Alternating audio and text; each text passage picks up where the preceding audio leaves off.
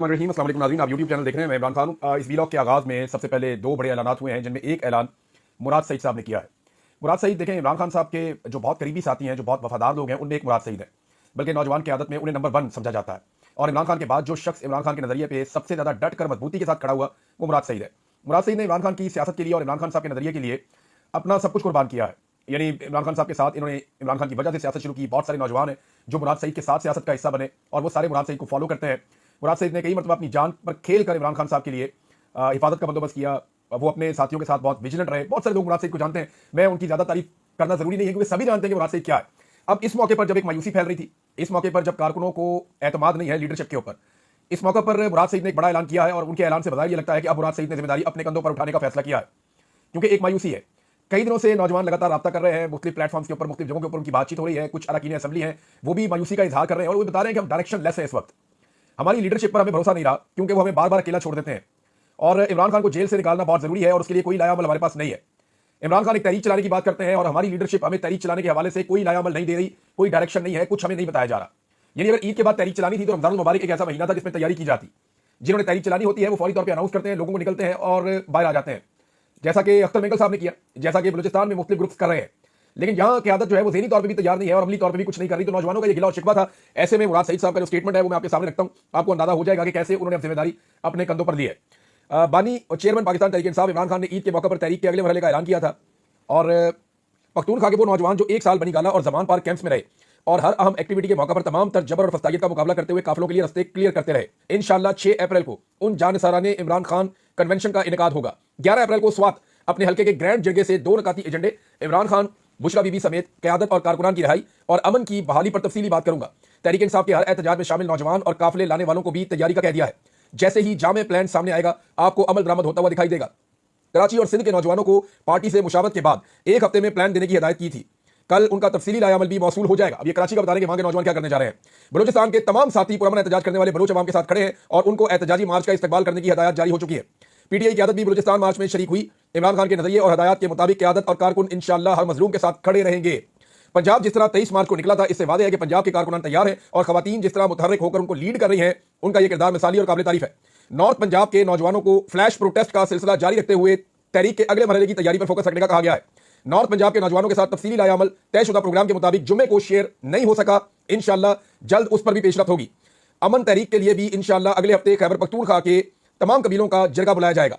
मैंने अमन तहरीक के तमाम साथियों की मुशावरत से तहरीक के आगाज से कबल जरगा इसलिए बुलाया कि मैं 2 दफा कॉल दे चुका हूं और हजारों लोग भी निकले। लेकिन तहरीक की कामयाबी के लिए जरूरी है कि बार बार कॉल का इंतजार करने के बजाय ग्राउंड पर मौजूद तमाम कबीले जिम्मेदारी लेते हुए लीड करें। इसलिए फैसला यही हुआ है कि जिरगे में ही पूरा लायामल वादे करके उसी दिन से तहरीक का आगाज होगा इंशाअल्लाह। तो जनाब मुराद सईद साहब उस वक्त मैदान में आए जब एक मायूसी है पाकिस्तान तहरीक इंसाफ में क़यादत और क़यादत के फैसलों को लेकर, और वो मायूसी क्यों है ये मैं आपको आगे चल के बताता हूं। लेकिन अलीमा खान साहबा ने भी एक अनाउंसमेंट किया है, एक ऐलान अलीमा खान साहबा का भी है। वो ये कह रही हैं कि इन्होंने किसी भी सियासी शख्सियत को इमरान खान साहब से अडियाला जेल में आज भी मिलने नहीं दिया। हमारी इमरान खान साहब से जो आखिरी मुलाकात हुई थी वो 20 मार्च 2025 को हुई थी। हमारी जो अगली मुलाकात है इमरान खान साहब के साथ जो स्केड्यूल्ड है, आज देखें आप जो वीलॉग सुन रहे हैं तो ये 4 तारीख है। तो वो ये कह रही हैं कि 8 अप्रैल को हमारी मुलाकात इमरान खान साहब के साथ तय है और ये 3 हफ्ते के बाद हमारे भाई के साथ मुलाकात होगी। हमारी फैमिली इंशाअल्लाह अडियाला जेल 2 बजे पहुंचेगी और हमारा यही टाइम है जो हमें दिया गया है।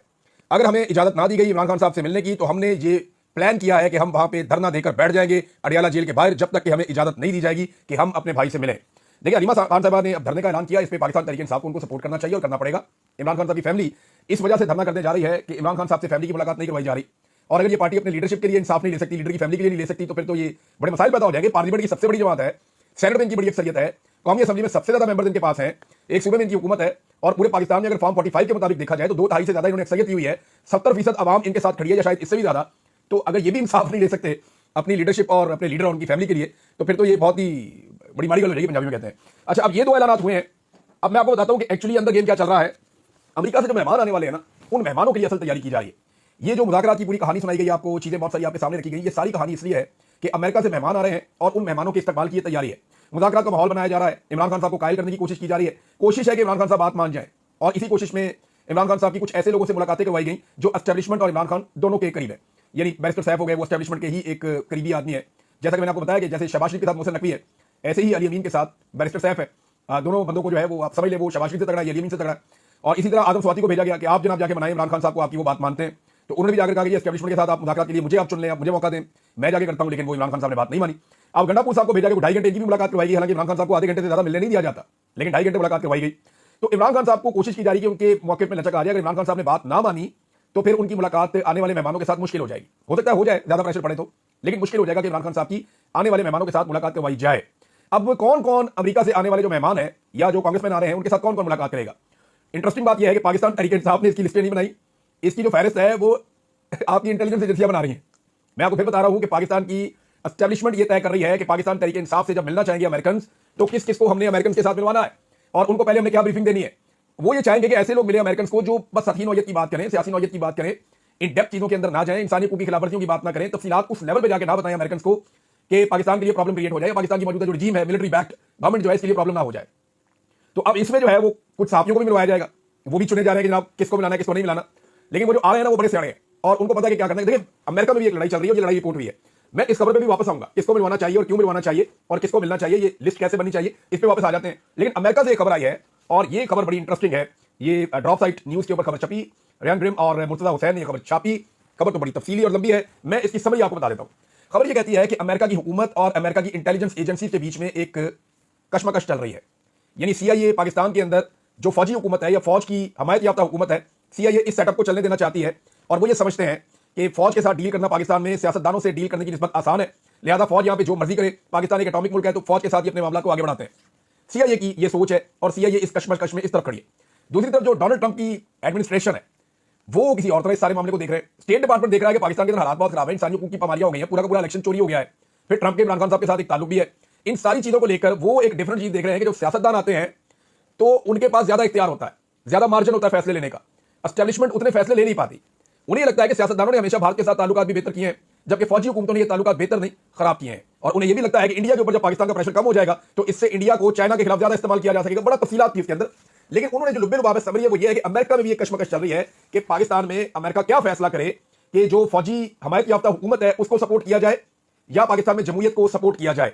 अब इसमें दो राय है, एक राय डोनाल्ड ट्रंप और उनकी हुकूमत की है, दूसरी सीआईए की है। अब आ जाए वापस, सीआईए आपको पता है अमेरिका की एम्बेसियों को भी कंट्रोल करता है दुनिया भर में, तो वो अब ये तय करेंगे कि कौन से सहाफी मिले वहां पे, जो अमेरिकन मेहमान हैं उनके साथ कौन से सियासतदान मिले, तो वो कोशिश करेंगे कि वही लोग मिले जिनके मिलने से पाकिस्तान में मिलिट्री एस्टेब्लिशमेंट को किसी किस्म का डैमेज ना हो। लेकिन पाकिस्तान तहरीक इंसाफ के बाद ये एक मौका है और जितने इस्लामाबाद में बड़े सहाफी हैं उन्हें चाहिए कि वो मिले और मिलने की कोशिश करें और खुलकर हकायक बयान करें, ना कि उन सहाफियों को जो टाउट्स हैं, जो हुकूमत का ही नुक्ता नजर बयान करते हैं या जो सिर्फ और सिर्फ एस्टेब्लिशमेंट का ही नुक्ता नजर बयान करेंगे। उनको मिलवाने से बेहतर है कि ऐसे आजाद सहाफियों को मिलवाया जाए जैसे कि मदर अब्बास साहब हैं, उनको अगर मुलाकात करवाई जाए तो वो बहुत सारे हकायक बता सकते हैं।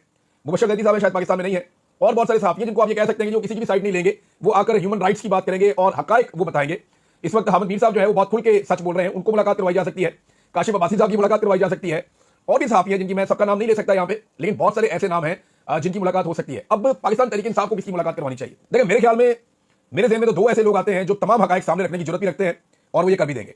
एक डॉक्टर आरिफ अलवी, उनकी मुलाकात होनी चाहिए अगर वो दस्तयाब है तो, और दूसरा अलीमा खान साहबा। ये दो ऐसे लोग हैं जिनको जरूर मिलवाना चाहिए। इनकी कैपेसिटी भी है, ये उन्हें हैंडल भी कर सकते हैं, ये उनके सामने हकायक भी रख सकते हैं और ये बड़ी जुर्रत के साथ अपना पूरा पॉइंट ऑफ व्यू भी बयान कर सकते हैं। तो अगर इनकी मुलाकात पाकिस्तान तहरीक इंसाफ करवाएगी तो फायदा होगा। अदरवाइज बहुत सारे लोग ऐसे हैं वो प्रेशर में भी आ जाते हैं, कंप्रोमाइज भी हो जाते हैं और हमने ये सब कुछ होता हुआ देखा है। तो ये मुलाकातें नाज़रीन होनी चाहिए ताकि उनके पास सही मामला पहुंचे। लेकिन पाकिस्तान की एस्टेब्लिशमेंट जो प्लान कर रही है वो ये प्लान कर रही है कि हम इस तरह का माहौल बना दें कि जैसे मुज़ाकरात हो रहे हैं, चीजें तो हल होने की तरफ जा रही हैं, इमरान खान साहब तो बस कुछ अर्से में बाहर आ जाएंगे, हमारा तो सारा मामला ठीक हो चुका है, ओवरसीज पाकिस्तानियों से भी मिले हैं, उनको भी हमने मना लिया है, तो अमेरिकन ओवरसीज आए थे उनके साथ मामला अच्छे चल रहे हैं। आजकल हम एक ओवरसीज कॉन्फ्रेंस भी करने जा रहे हैं जिसके अंदर दुनिया भर से बंदे बुला लिए हैं अच्छे कपड़े पहना के और उनको ये कह दिया है कि आपने इन्वेस्ट कुछ नहीं करना, बस सिर्फ आपने अपनी शक्लें दिखानी है, आपने यहाँ बैठ के नारे लगाने, अच्छे अच्छे सवाल जवाब करने और आपको फुल प्रोटोकॉल मिलेगा, आपके ऊपर रियासत पूरा खर्चा करेगी, फिर आप वापस चले जाइएगा। बेशक आप इन्वेस्टमेंट ना करें पाकिस्तान में, वैसे इन हालात में इन्वेस्टमेंट करता भी कोई नहीं है। अब नाज़रीन जो गंडापुर साहब हैं उन्होंने एक इंटरव्यू दिया, उस इंटरव्यू के बहुत सारे हिस्से तो बड़े मज़ाहिया थे, उनको आप इंजॉय कर सकते हैं और आप करते भी रहेंगे, बड़े फिल्मी सीन थे। लेकिन जो एक्चुअल उन्होंने एक काम किया, उन्होंने आतिफ खान, असद कैसर और शहराम तरकई को आड़े हाथों ले लिया और उन्हें इमरान खान साहब का हवाला देते हुए साजिशी करार दे दिया। अब देखिए जब आप साजिशी कहेंगे किसी को तो दूसरी तरफ से जवाब भी आएगा।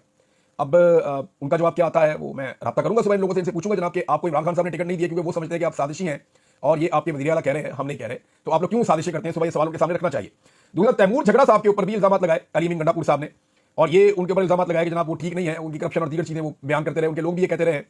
अब जो अकाउंटेबिलिटी कमेटी है, इंटरनल अकाउंटेबिलिटी कमेटी उन्होंने बनाई हुई ना इमरान खान साहब ने, 3 लोग हैं उसमें, मैंने आपको बताया था, उस कमेटी ने तैमूर झगड़ा साहब को भी लिख दिया जनाब आप जवाब दें।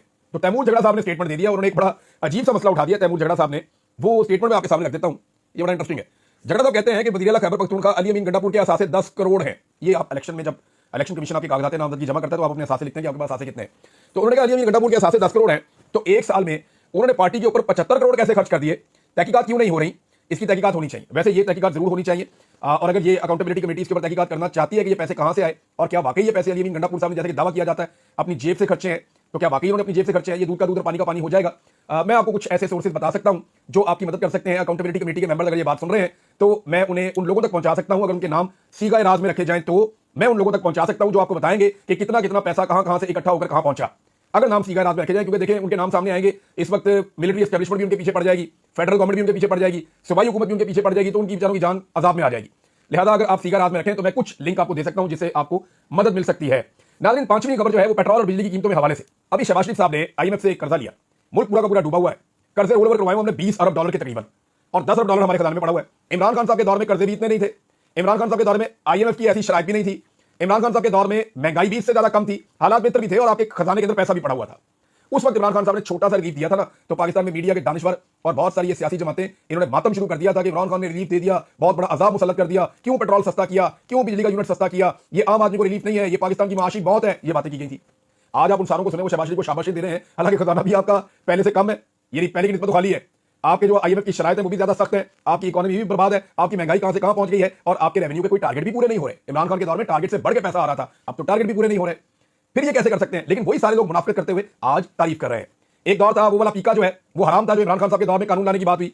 आज वाला जो पीका है इसके ऊपर फजाइल सुनाए जा रहे हैं कि ये हलाल पीका है, ये बिल्कुल ठीक काम कर रहा है। तो मैं हैरान हो जाता हूं कि पाकिस्तान का मीडिया करता क्या है, ये ऐसी मुनाफिकत आप लोग कैसे कर सकते हैं। सियासतदान भी यही करते हैं, मीडिया भी यही करता है, बड़ी बदकिस्मती है पाकिस्तान की। अब नाज़रीन, इसमें जो पेट्रोल और बिजली की कीमतों पे एक मौके पाकिस्तान तहरीक इंसाफ का है, वो कह रहे हैं 2024 में भी मौजूदा हीरो ने बिजली और पेट्रोल समेत सब कुछ महंगा कर दिया था। पेट्रोल 150 रुपए फी लीटर से बढ़ाकर 300 रुपए तक लेकर गए, फिर 30 रुपए सस्ता कर दिया। अब 30 रुपए सस्ता करने के बावजूद हकीकत में वो 110 रुपए महंगा ही हुआ है, जबकि आलमी मार्केट में पेट्रोल की कीमत इस वक्त 40% से ज्यादा कम हो चुकी है, यानी आधी के करीब कीमत हो गई है आलमी मंडी में। अच्छा, अप्रैल 2022 में खाम तेल की कीमत $117 फी बैरल थी। अब आलमी मार्केट में खाम तेल की कीमत 3 साल की कम तरीन सतह पर यानी $68.85 फी बैरल पे है। यही काम बिजली की कीमतों के साथ किया गया, यानी वहां भी यही किया गया। पहले बिजली की कीमत को 16-17 रुपए से उठा के ले गए 50 से 70 रुपए के बीच में, अब नीचे लेकर आ गए। लेकिन नीचे कितना लेकर आए? 6 रुपए 7 रुपए। भाई आप जब टीका लगाते हैं तो लगाते हैं 35-40 रुपए का, और जब आप कम करते हैं तो आप 6-7 रुपए करके आप पूरे भारत में इश्तिहारात लगा देते हैं। यानी अब अरबों रुपए के, करोड़ों रुपए के इश्तिहारात भी दिए जाएंगे मीडिया को कि जनाब हमने आवाम के ऊपर एहसान अजीम कर दिया, ये इश्तिहार छापो, हमारी शक्लें लगा के, हमारे मुंह लगाओ इश्तिहारों के ऊपर, टीवियों के ऊपर, हर जगह के ऊपर जो है वो अखबारात में हमारी शक्लें जिनसे लोग चिढ़ते हैं वो पूरी दुनिया को दिखाओ। चले, मर्जी है इनकी, लेकिन अवाम इनकी दुर्गत बनाएगी जब ये अवाम के बीच में जाएंगे, क्योंकि इन्होंने जो वादे किए सारे वादे इन्होंने जो है वो एक भी वफा नहीं किया, सारे वादे इन्होंने तोड़े हैं। अब नाज़रीन, कमजोर तरीन पासपोर्टों की फहरिस्त आई है 199 ममालिक की। पाकिस्तान माशाल्लाह से 195 नंबर पर पहुंच गया है, और सिर्फ इराक, यमन, अफगानिस्तान और एरिट्रिया ये वो मुल्क हैं जिनके पासपोर्ट पाकिस्तान से बदतरीन है। Sri Lanka, Nepal, Bhutan, Bharat, Bosnia, Burma, Korea, Kenya, Nigeria, Ethiopia, शाम, मिस्र, ईरान और पूरा Central Asia, Vietnam, Somalia, Libya, इन सबके पासपोर्ट हमसे बेहतर है। ये वो मुल्क है, फलस्तीन का पासपोर्ट भी हमसे बेहतर है। ये वो मालिक है जिनकी मिसालें हमें आर्मी चीफ देते हैं, जिनकी मिसालें हमें उलमा इकराम देते हैं कि खुदा ना खास्ता हम वो बन जाएंगे। देखिए हम उनसे भी बुरी हालत में पहुंच गए, हमारा पासपोर्ट कहां पहुंच गया है। ये नोमैड कैपिटलिस्ट की 2025 की फहरिस्त है, और इन्होंने ये तफसीलात जारी की हैं। 5 बड़े जबरदस्त इनके क्राइटेरिया हैं जिनकी बुनियाद के ऊपर ये तय करते हैं। बहरहाल पाकिस्तान जो है वो दुनिया में टॉप 5 बदतरीन पासपोर्ट की फहरिस्त के अंदर आ गया है। नाज़रीन, ईद का सीजन भी ताजरों का मायूस कौन रहा है। एक खबर मैं अभी पढ़ रहा था, उसके मुताबिक गुज़िश्ता साल की निस्बत 25 से 30% तक कम खरीदारी हुई है। लोगों के पास पैसे नहीं है खरीदने के लिए नए कपड़े, नए जूते, नया सामान, ईद के ऊपर चीजें, तो खरीदारी कम हुई है और उसकी वजह से ताजरों को वो फायदा नहीं हुआ। तो मायूस कुन ईद का सीजन गुजरा है ताजरों का। नाज़रीन, महमूद खान अचकजई साहब ने एक बड़ा जबरदस्त ऐलान किया है और बड़ी जबरदस्त बात की है उन्होंने, और इनका बड़ा कामयाब शो हुआ बलूचिस्तान में, पशीन में बड़ा तगड़ा जलसा हुआ है। पाकिस्तान तहरीक इंसाफ ने बड़ी तादाद में वहां शिरकत की है। तहरीक इंसाफ बलूचिस्तान में बहुत एक्टिव है, और अब ये दिखाई दे रहा है कि ये अगर अगले बलूचिस्तान के इलेक्शन में एस्टैब्लिशमेंट ने पहले की तरह अपना गंदा खेल ना खेला तो पूरे बलूचिस्तान से तहरीक इंसाफ और उनका इत्तेहाद जो है वो क्लीन स्वीप कर जाएगा, और पूरे बलूचिस्तान में वो इलेक्शन जीतकर एक अवामी हुकूमत बना देंगे। और अगर आप ये होने देना तो बलूचिस्तान में दहशतगर्दी भी ऐसा खत्म हो जाएगी। अब अचकजई साहब कहते हैं कि एस्टैब्लिशमेंट से बातचीत होनी चाहिए, मगर बातचीत इस मौजू पर होनी चाहिए कि वो बैरकों में वापस कब और कैसे जाएंगे। देखिए, यही सोल्यूशन है पाकिस्तान का कि सब अपना अपना काम करें। जिसका जो काम है, किसान अपना काम करे, ताजिर अपना काम करे, मिलें चलाने वाले लोग अपना काम करें, कारखाने चलाने वाले लोग अपना काम करें, इंजीनियर्स अपना काम करें, सड़कें बनाने वाले अपना काम करें, बैंक चलाने वाले अपना काम करें, रियल स्टेट वाले अपना काम करें, सहाफी अपना काम करें, वकील अपना काम करें, अदालतें अपना काम करें, पार्लियामेंट अपना काम करे, ब्यूरोक्रेट अपना काम करे, पुलिस अपना काम करे, और फौज सिर्फ अपने काम से काम रखे। आप यकीन करें, अगर इन कामों के अंदर मुदाखलत बंद हो जाए तो पाकिस्तान के जो 70 साल से मसाइल हैं वो मसाइल बतदरीज कम होना शुरू हो जाएंगे। अब तक इतना ही, अपना ख्याल रखिएगा, अपने चैनल का भी। अल्लाह हाफिज।